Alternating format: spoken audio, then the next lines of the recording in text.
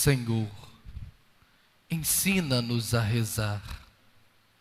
Reverendíssimo Diácono Arildo, amados filhos, hoje nesse 17º domingo do tempo comum, a palavra de Deus dirigida a nós nessa celebração quer nos falar daquilo que é fundamental para a nossa vida como cristãos.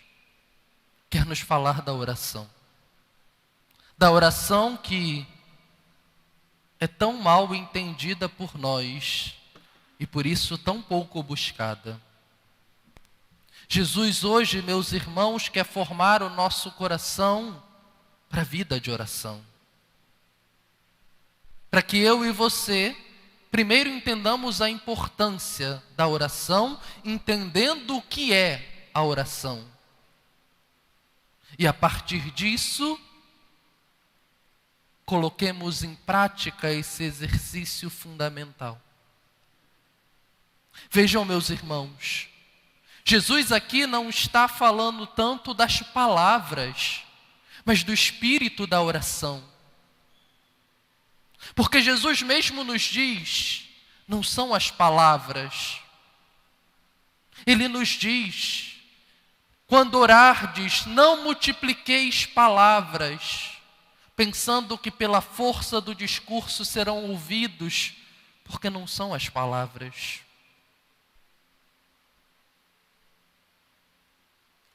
E quantos de nós, por não entendermos isso, fazemos tão mal a experiência da oração? Porque achamos que a oração é uma simples repetição de palavras bonitas. E aí, como vai dizer a própria palavra de Deus, até rezamos, mas porque pedimos mal, porque rezamos mal, não somos atendidos. E a oração não é para nós o descanso e a força que deveria ser. Porque rezamos mal. E Jesus, ciente disso, hoje quer nos ensinar o que é a oração. Nos ensinando como rezar, o espírito que a oração deve ter, o espírito que move toda e qualquer oração cristã, que não é simplesmente o Espírito Santo, mas pela ação do Espírito é uma ação interior que vai se dando com o nosso conhecimento, a nossa vontade, e tudo isso colocado pelo Espírito em comunhão para falarmos com Deus. E aí Jesus começa nos explicando de forma pedagógica. Vai nos dizer, quando orardes, dizei primeiro, Pai, Abá.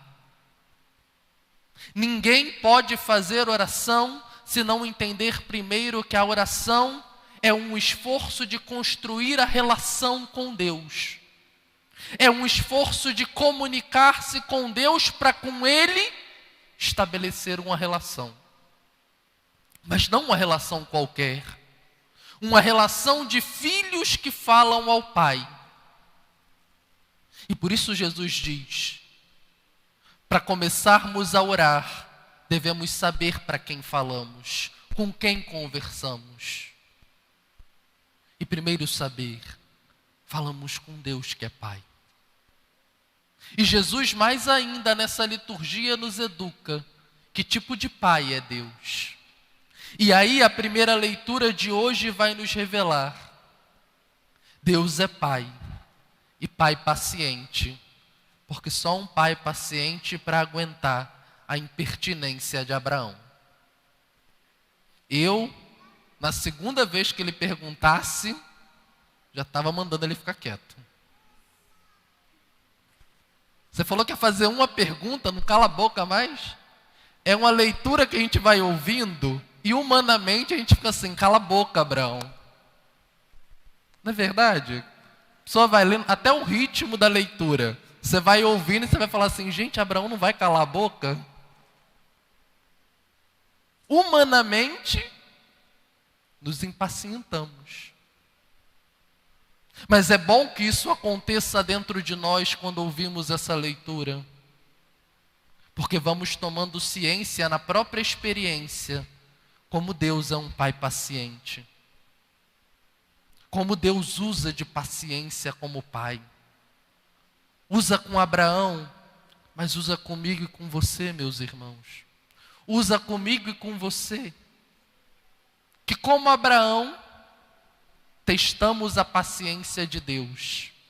Talvez não perguntando tantas coisas, mas fazendo tantas coisas, que Deus como pai olha e fala: meu Deus, meu eu do céu, já disse que isso não vai dar certo, e por que ele insiste em fazer isso? Ele já sabe que por aí não dá, e por que vai?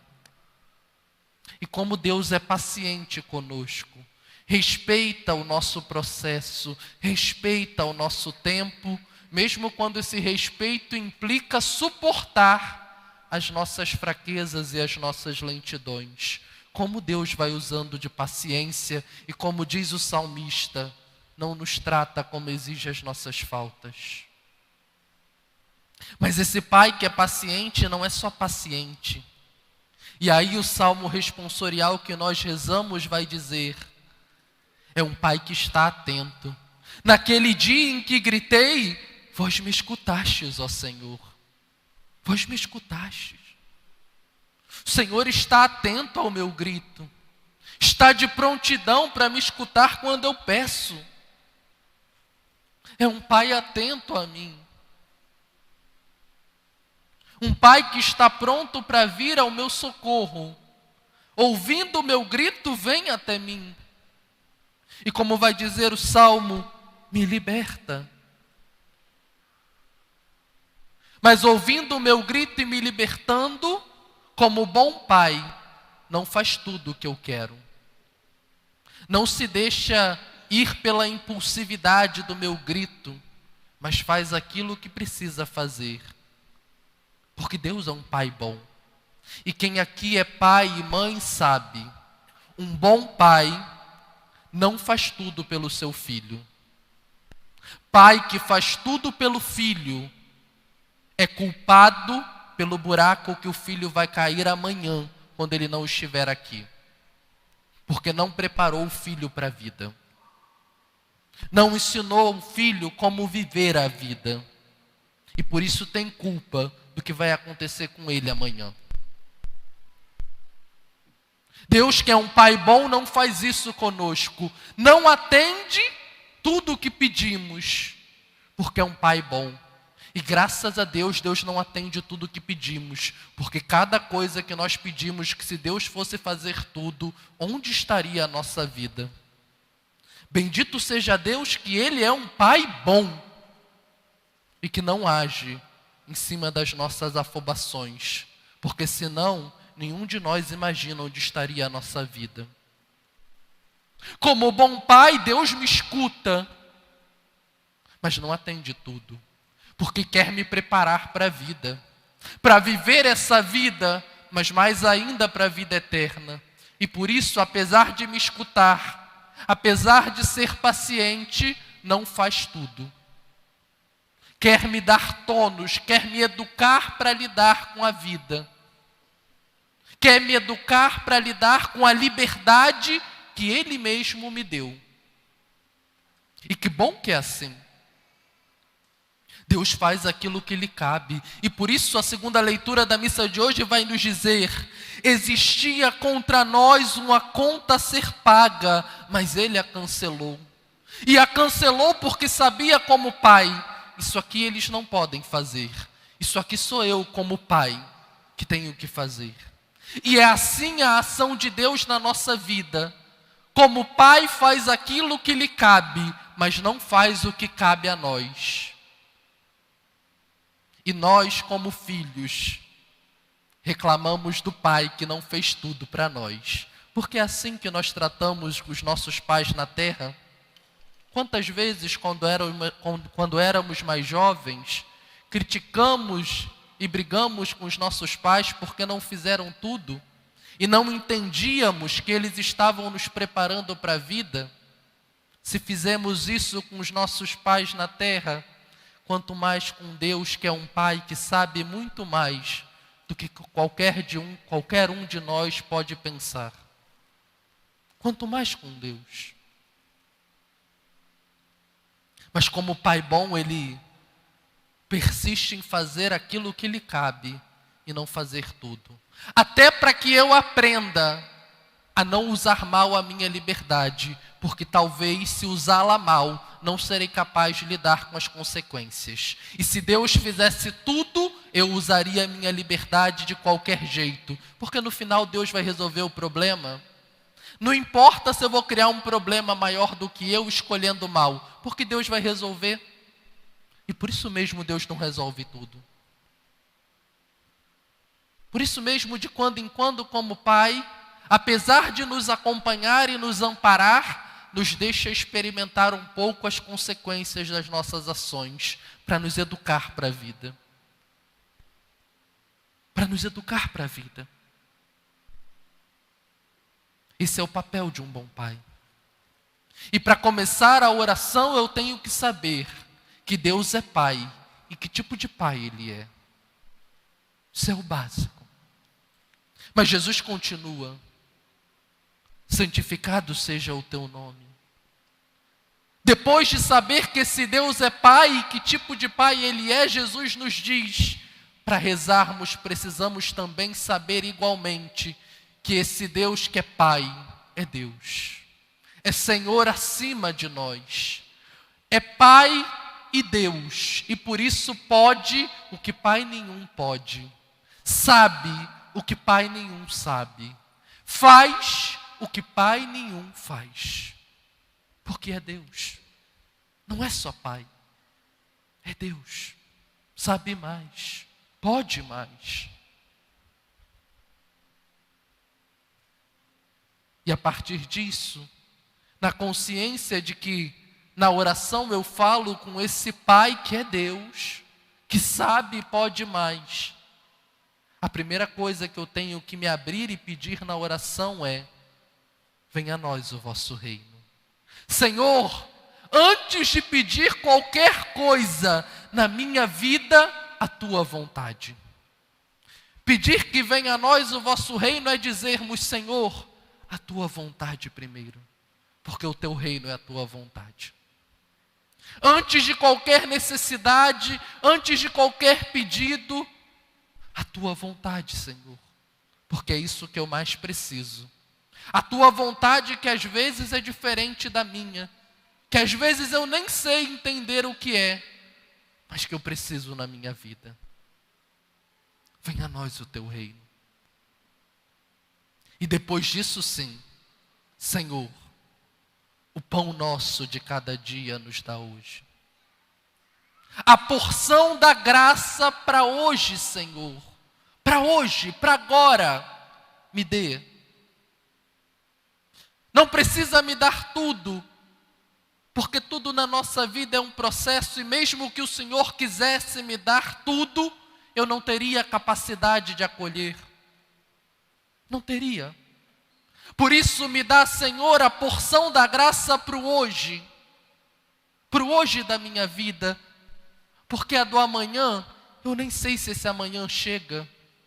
E quando ele chegar e ele virar hoje, aí eu vou pedir de novo, porque o Senhor já me ensinou que gosta da insistência. O Senhor gosta que sejamos impertinentes na oração. Quando o amanhã chegar e virar hoje, aí eu peço a graça para Ele. Mas para hoje, Senhor, o pão nosso, a graça do agora. Se essa graça, Senhor, for aquilo que eu peço, santificado seja o teu nome. Mas se essa graça, Senhor, for diferente da sua vontade na minha vida, santificado seja o teu nome. Venha o teu reino. Primeiro venha o teu reino. Venha o teu reino. E aí sim, com o teu reino, a graça que eu preciso, que talvez eu nem saiba qual é, mas que o Senhor sabe que eu preciso para o hoje da minha vida. A que eu pedi, se for para mim, na hora certa o Senhor me dá. Mas essa que o Senhor quer me dar, que eu não pedi, é a do hoje da minha vida. Seja, venha a nós o teu reino, a tua vontade primeiro. E junto com a graça para o hoje pedir, Senhor, perdoa os nossos pecados. Reconhecer que somos pecadores, não ser juízes de nós mesmos, não nos condenar nem nos salvar, mas como filhos diante de um Pai tão bom, reconhecermos que somos filhos ainda muito rebeldes desse Pai que é Deus. Reconhecermos que como filhos ainda estamos muito aquém do que deveríamos ser. E por isso, Senhor, perdoa os nossos pecados. Até para que o meu coração tenha espaço para acolher a graça. Porque a graça que o Senhor me dá para o hoje é completa. E se o meu coração não estiver livre, perdoado, eu não tenho espaço para acolhê-la. E Deus não dá graça pela metade. Ou o coração está pronto para acolher a graça inteira, ou nada feito. Com Deus não tem metade. Por isso, Senhor, perdoa os nossos pecados. E na experiência do perdão, Senhor, me ajuda a perdoar quem me deve. Perdoar quem me ofende, para que o meu coração não fique preso pela mágoa. Para que o meu coração que já foi perdoado, não se veja escravo de novo. Porque quem aqui carrega uma mágoa, um ressentimento, sabe, o nosso coração é escravo dos nossos ressentimentos. O nosso coração é o primeiro a ficar pesado e preso nas nossas incapacidades de perdoar. Para que com o coração livre, aí sim, Senhor, não me deixes cair em tentação.